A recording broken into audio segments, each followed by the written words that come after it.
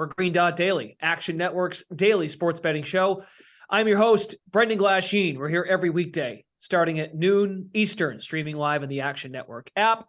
Also over on YouTube at Action Network. Green Dot Daily is presented by BetMGM. Use the bonus code ACTION when signing up to get up to $1,000. First bet insurance. Terms and conditions apply. Matt Moore, for the second straight day, he's standing by to discuss the NBA, the latest with the LA Lakers. Can they fix their problems? The Lakers go down against the Clippers. They can never beat the Clippers. That's what I've come to find out. But LeBron's still amazing. Also, Matt Moore looks at tonight's slate, and then we have Kai McEwen from the three-man weave. He contributes to Action Network. UConn Huskies, have they figured things out? Big 30-point win over Butler earlier last week. They're back in action tonight. Can they make it two in a row? But first, as we've been doing really for the last month or so, we are discussing the NFL playoffs, championship weekend, championship Sunday, vastly approaching. Evan Abrams, our director of media and research, joining Green Dot Daily. So, Evan, and I reference your name quite a bit when we do the Action Network podcast. You do a tremendous job giving us tidbits, information to make us feel smart, make bettors feel smart and prepared, whether it be trends or details about weather. So I've got a couple I'm going to throw at you, courtesy of you, because I'm told to read them. For the first time in the last 45 seasons, the favorite entering conference championship week has longer than 200 plus 200 odds. Yes, that is the case. The favorites are the Bengals and the Eagles at BetMGM, both at plus 240, Kansas City plus 300, Niners plus 350. Both conference championship games haven't closed under a 3-point spread since 1998, and has only happened now 3 times overall in the Super Bowl era. We'll get to the line movement on Cincinnati and Kansas City. It's back to 1, but we'll discuss that in further detail in just a moment. And then Philadelphia still laying 2.5 to the Niners. All right. With all that being said, let's start with Niners and Eagles. That's the afternoon game. What do you have for us? First of all, just say, well, thank you for having me. Of course, what I'll add is if you like a team to win the Super Bowl, it's there for the taking. Literally every single team below 3-1. There was one Vegas book yesterday that was offering Kansas City a little bit high, if anyone saw that, at about 320. But aside from that, you're not getting any prices below that number. So take who you like. But let's start, like you said, with San Francisco and Philly. And it's kind of the storyline we've been talking about for weeks and weeks and weeks. Brock Purdy, the rookie, Mr. Irrelevant, 7th round pick. Well, now he's in a conference championship game. This is the 5th rookie quarterback in a conference championship game. This was brought up by Simon yesterday, I believe, on this show. It's talked about by everyone everywhere, but I feel like it's something that kind of puts a staple on the game, which is those quarterbacks were 0-4 straight up. Those quarterbacks threw 4 touchdowns and 9 picks. The only quarterback to cover was Sean King, who lost 11-6 as a 14-point underdog. So this just isn't a great scenario for those teams. And now you've got Brock Purdy going on the road in a Philly environment. And again, those 4 rookie teams also only scored 64 total points. So it's not like they, scored a lot of points, outlier, things of that nature. So kind of what you'd expect, but the data's there. Totals at 46 for that game, Niners and Eagles. I think when we started the show yesterday, it was at 45.5, opened at 47.5. And there have been some 46.5s out there as well. I know Simon and Chad discussed that on the Favorites pod at nauseum. So, okay, how about the, not to bury the lead, but I already kind of did, the Kansas City Cincinnati line has moved significantly back towards the Chiefs. Explain. Yeah, so opened Kansas City -3, and at that point flipped to Cincinnati -2.5, and now you're back to where it's kind of settled, which is Cincinnati -1.5 and -1 on the road in Arrowhead. And I think you're probably going to settle there for a little while, but let's talk about a little history. So 9 playoff games in the last 20 years, which is the entirety of our Bet Labs database. So one team open as a favorite and close as an underdog, which is kind of what you're seeing here and probably will be where the closing line ends. Now, you're not going to get much data out of this. You're not going to say, oh my God, this team should cover or whatever, because the favorite that closed 5-4 straight up, 6-3 against the spread. But what I will say is this: they are 5-1 straight up and against the spread since 2010. So that team that opened as the favorite and closed as the underdog has performed well lately. The fun one is the only loss in that group, which was Seattle Patriots, Malcolm Butler.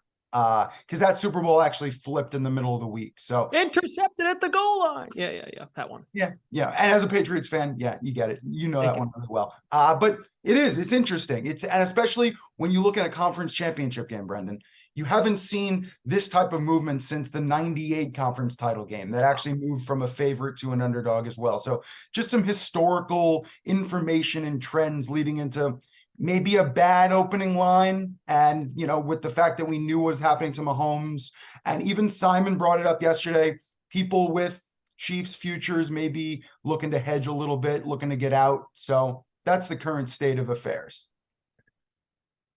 Man, and what I'm fascinated by too, and of course, we have the player, then the player with the injury, but Mahomes, this would be, and you noted this, would be his 17th start in January or later, and he's been favored, well, at least he was earlier in the week, favored in all 17. This would be the first time he's not favored in a playoff game.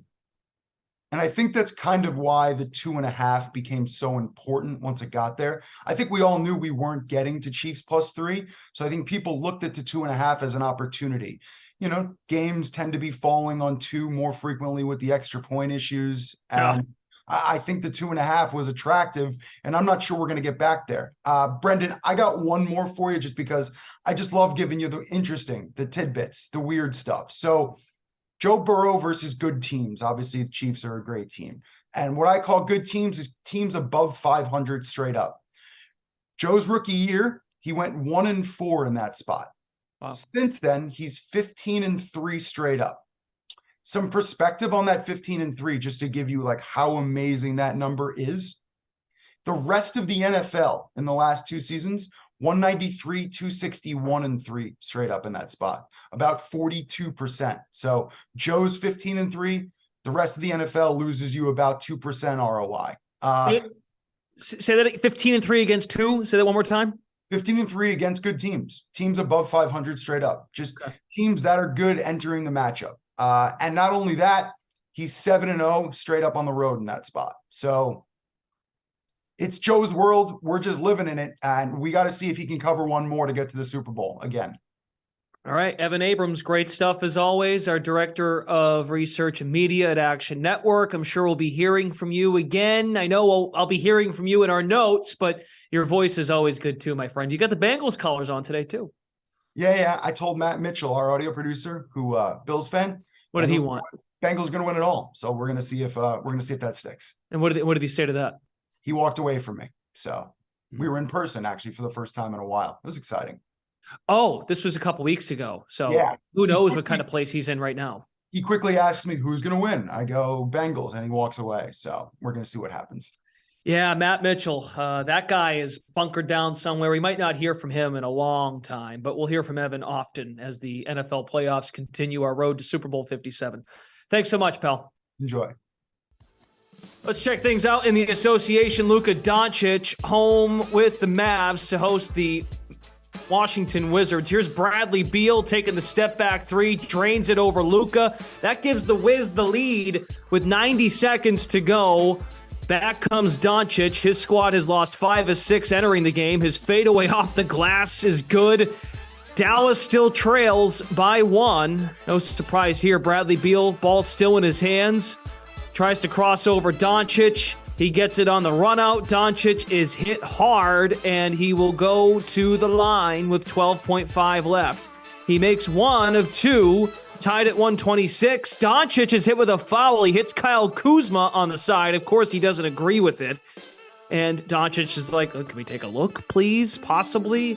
Kuzma drains the free throw to put his team up 1. So Dallas advances the ball on the timeout. Luka turns it over. That's your ball game. Wizards were plus 220 on the money line. They beat the Mavs They've lost 5 of 6. And let's find out how Spencer Dinwiddie felt about it. They not playing for nothing for real. You know what I mean? Like, they just coming out here firing. Like, they got people coming off the bench just firing, right? Because at the end of the day, for them, it's a showcase. They over there trying to get paid. They're not trying to play winning basketball. You know what I'm saying? So for a team that has real aspirations and has an MVP, you know what I'm saying, like, and went to the conference finals last year, like, we have to be better to a man, right? And not offensively, because 126 can win you a lot of games. It's defensively.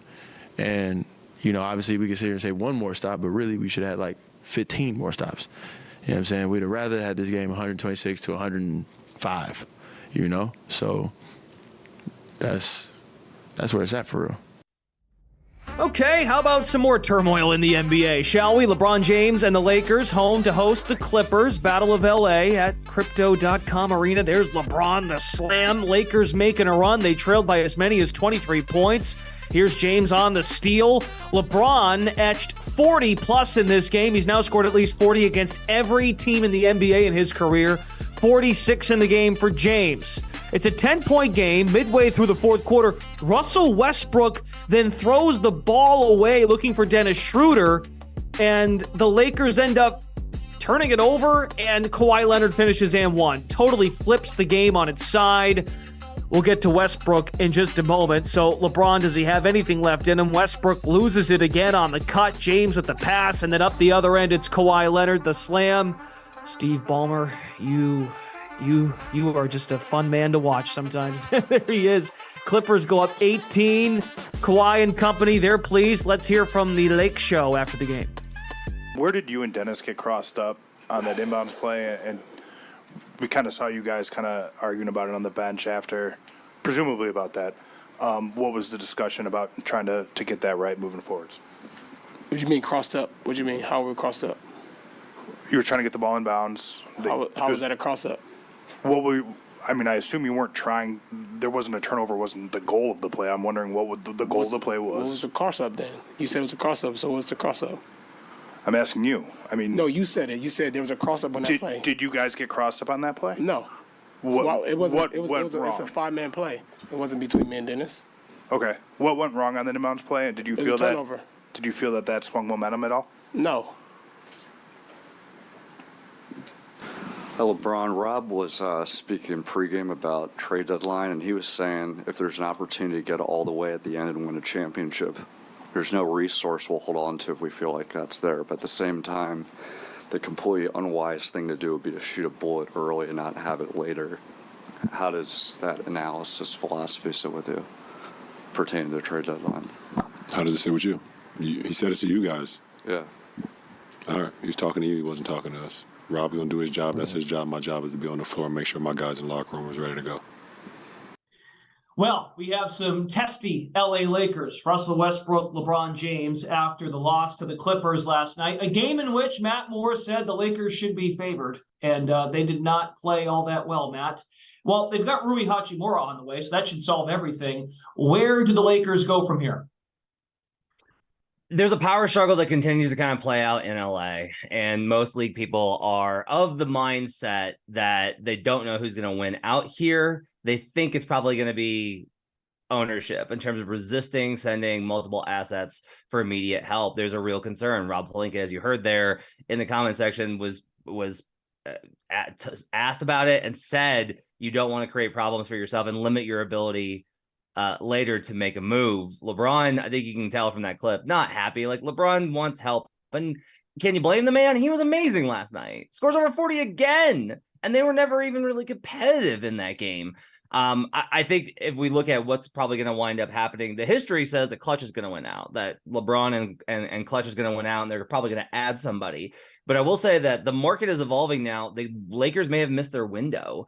Trade talks are ramping up, and a lot of these talks are involving first-round picks if you want to add somebody, even marginal guys. That's why I think you saw this move for Rui Hachimura, because I'm not sure that there's there's going to be that many options for the Lakers down the line. So as it stands right now, I'm not sure that reinforcements are coming. This may be all that LeBron's able to get before the end of the season. And with Anthony Davis injured, there was chit-chat whether or not you should have moved Davis when he was playing at an all-time high in 2022. He is on track to return for tonight's game. So we'll see how that goes. Dave McMenamin, who reports for ESPN, he also covers LeBron and the Lakers extensively. Davis set to return, so maybe. And they haven't been horrible. They've been 5-5 in the last 10. They've been treading water, but still work to be done if they want to make the play-in tournament in the NBA Western Conference. Let's look at tonight's slate. Here are the games that we have lined up for you tonight over in the NBA. Nets Sixers, that should be a good one. Nets and Sixers. Hopefully we get Ben Simmons, Boers in full force. Maybe not. We'll find out. Nuggets Bucks is a good one. That's not even on national TV. Nuggets and Bucks. That's a good game at 8 o'clock if you can find a way to watch it. And then Grizzlies Warriors. Okay, Golden State. Little blip at home, or is it more than that? Golden State losing to Kyrie Irving and the Nets last time out at home. And we know the Warriors have been the best home team in the NBA, worst road team in the NBA. So, Matt Moore, with all of those games listed, some totals, spreads, what are some spots and plays that you might be making tonight? Let's say Nuggets Bucks under 231.5. The spread on this game is curious. It opened 6.5, has moved all the way to 8.5 in the market early this morning. Kind of an indication that there's an expectation that Nikola Jokic and Jamal Murray will not play on the second night of a back-to-back, especially off of a bad travel spot. They play in New Orleans. It's a long flight to Milwaukee. Probably got in very late. I would say you should wait to make sure. Make sure that when the injury report comes up, whether or not they're actually going to play. There'll be a report. If they're questionable, hold off and then wait till game time. I wouldn't be shocked if Joker plays in this game, even coming off the injury. That's how he tends to roll, is when he plays, he plays. So I'm not necessarily there on the spread. What I do like is the under here. You know, if the Nuggets do rest Jokic and Murray, obviously the offense takes a hit, and this Bucks defense is elite. They should be able to limit those Nuggets because they don't have a lot of other creators if they rest Jokic and Murray. So there's a real possibility there of a downtrend there. Offensively, the Bucks had a monster night the other night, and they may get going in transition. The Nuggets have one of the worst transition defenses in the NBA, and so they'll be able to get downhill off of turnovers. But even then, that's correlated with the Nuggets not scoring. So for me, I'm going to go ahead and wait on the spread here. I would probably look to play Nuggets on the spread if Joker plays, obviously. I actually think this would be a good spot for them if he plays, but I do like the under 231.5. That's a little high. Okay, a little earlier in the night, Sixers Nets, as we mentioned, no Durant still. Kevin Durant, good update on Durant yesterday. He spoke to the media. He's on the right track, probably 2 weeks away, but no Durant in this spot for the Nets. They visit the Sixers. Yeah, I like the under here too. I think this is a good under spot, 225.5. It's already ticked down a little bit. Model makes this 218.5 for me. Good 8 points of value here from where it opened. I think this is probably going to be more of a slugfest, slower pace game. The Sixers and Nets are actually two really strong defensive teams. These are two teams that you kind of think of, James Harden, Kyrie. These two teams should be really up and down and offensively centric and bad defense. Not the case. These are two really good defense. Unders in Nets away games, 15-10 at 60% this season. They've been really a good spot to play on the road as an under team because of how their defense travels. Both of these teams play a lot of switch, so they switch a lot on the perimeter. The Nets are going to play the switching defense versus James Harden. That slows him down. Joel Embiid will eat, but it should keep defenders home on the shooters for the Sixers and limit a little bit of what Harden and Tyrese Maxey are able to do. So I'll take the under in Sixers Nets. Okay, Matt Moore, thanks for the analysis. We greatly appreciate it. And we hope to talk to you again soon on Green Dot Daily. Yeah, thanks for reminding me about the Lakers game, Brendan. Appreciate that. Have a good one. Here's a look at tonight's college basketball slate. UConn is back at home in stores, laying 6.5 tonight against Xavier. Houston in a potential bounce back spot after falling to Temple. They make their way to Orlando to take on UCF. Butler Providence, the Friars, they're ranked these days. Alabama, number 2 team in the country. Some pretty good spots tonight. We welcome in Ty McEwen of Three Man Weave. He contributes to our basketball coverage at Action Network and Green Dot Daily. Okay, so the first game on the board tonight is Xavier UConn. That's a 6:30 tip tonight, 6:30 Eastern. UConn with a nice win against Butler. Have they completely righted the ship? What do you make of the spot for UConn tonight at home? Yeah, I don't know what's going on with UConn. I'd be lying if I said I had the answers there. I saw this team in Portland beat Alabama by 15, beat Iowa State by 18. So I know their top gear is as good as anyone in the country. Perhaps it's coaching, perhaps it's guard play, falling back down to earth. Who knows? I do think they get back in the win column against Xavier tonight. They were up 7 last game at Xavier. They look to be in control in that game for just a bit. However, I think the spread is just a little bit too high, 6.5. It feels like too much for a Xavier team that has objectively been better than UConn the last several weeks. So I'd probably lean Xavier on the side here, though I do think UConn gets the victory. Okay, looking up and down the board, doesn't have to be top 25, whatever you like, Kai. Who's in a good spot tonight? Recency bias, ready to turn a corner, bad spot. You can take whatever you go. Give us a spot up for us. Yeah, for me, the best spot on the board is Texas Tech. I think it's a fantastic one with Texas Tech being 0-7 in the Big 12 this season. Kind of unfathomable to think about looking back from a preseason lens. 4 of their losses, though, in Big 12 play have been by 6 points or less. They've been close. They could easily be 3-4 in the league right now, maybe even 4-3.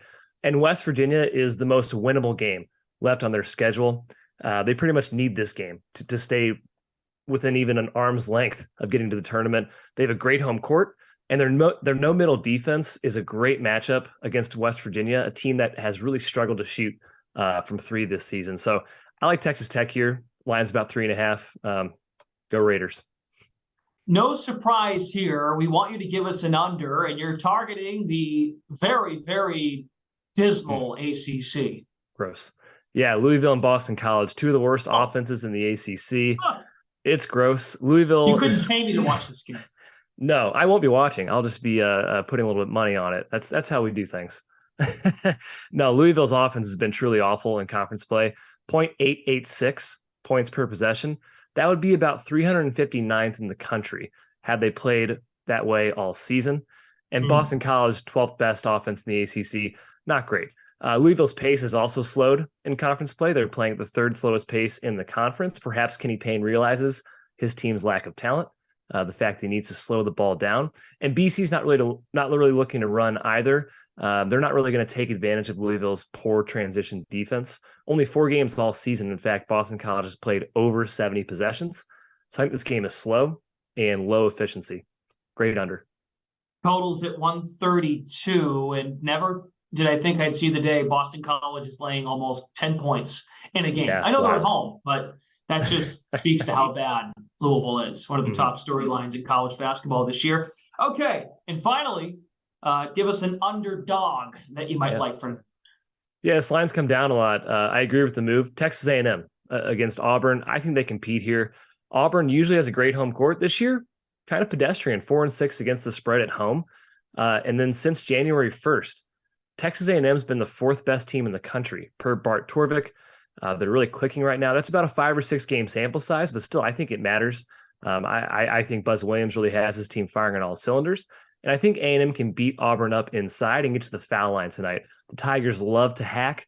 Hopefully that whistle is not too much home cooking, and Texas A&M can find success at the free throw line.